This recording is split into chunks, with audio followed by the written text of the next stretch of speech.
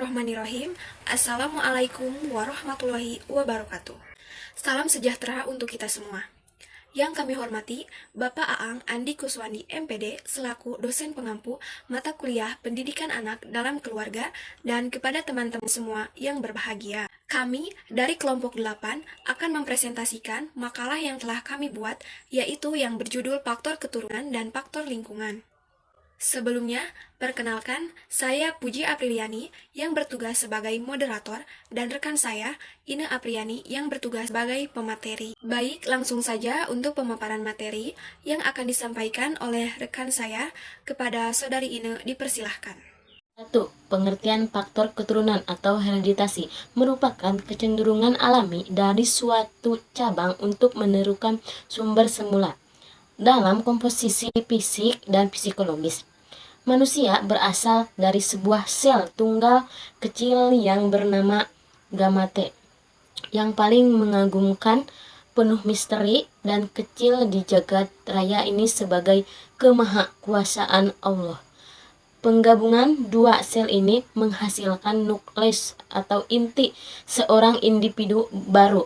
Hanya pada saat itulah ditentukan apakah individu itu akan menjadi laki-laki atau perempuan, pendek atau tinggi, cerdas atau bodoh, dan seterusnya. Semua gambaran tersebut ditentukan dalam sel tersebut yang tidak dapat diubah. Menurut Wasti Sumanto, faktor keturunan atau hereditasi merupakan faktor utama yang mempengaruhi perkembangan manusia.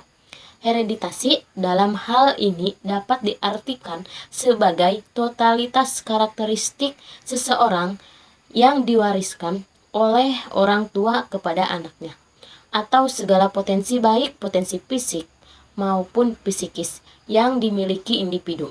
Sejak masa pembentukan atau konsepsi, pertumbuhan ovum oleh sperma sebagai warisan dari orang tua melalui gen-gen.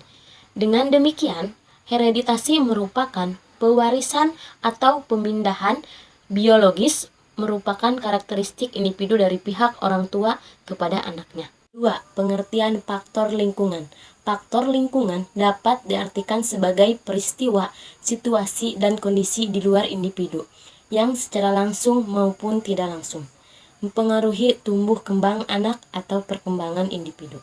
Lingkungan terbagi menjadi dua. 1. Lingkungan fisik. Lingkungan fisik adalah segala sesuatu yang bersifat fisik yang ada di sekitar individu, seperti keadaan di rumah, pekarangan, sawah, tanah, air, musim, dan sebagainya. Yang kedua, lingkungan sosial. Lingkungan sosial merupakan lingkungan masyarakat di mana dalam lingkungan masyarakat ini terdapat interaksi individu satu dengan individu lainnya. Lingkungan sosial dibagi dua. 1. Lingkungan sosial primer dan 2. Lingkungan sosial sekunder. 3. Pengertian teori keturunan dan teori lingkungan. 1. Teori keturunan atau aliran nativisme atau mutational theory.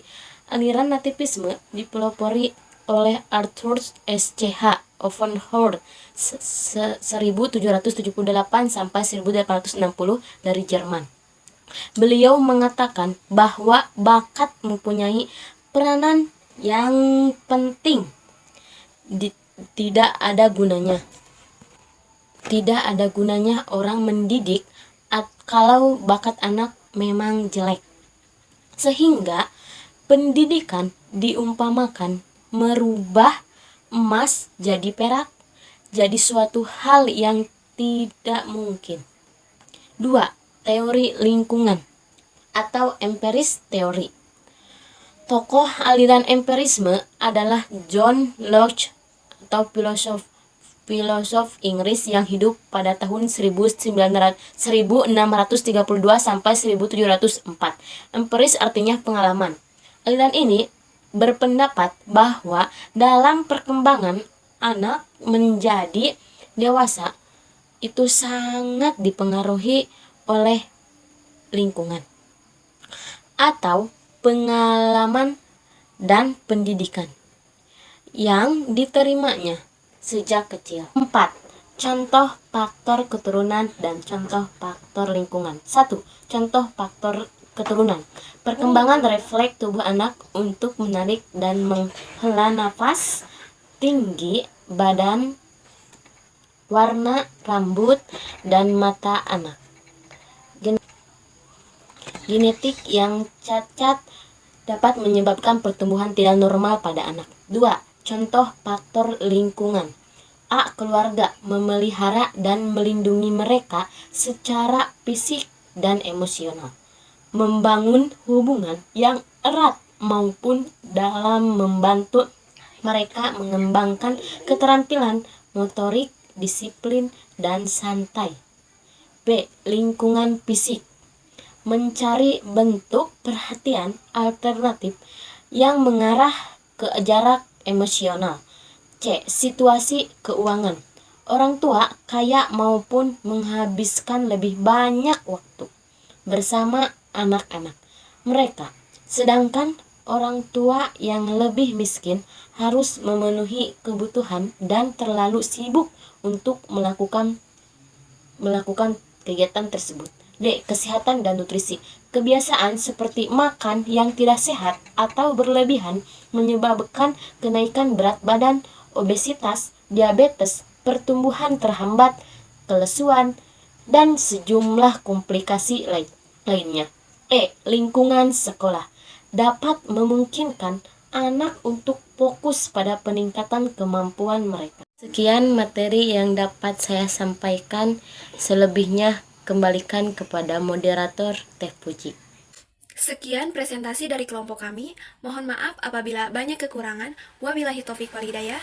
Wassalamualaikum warahmatullahi wabarakatuh.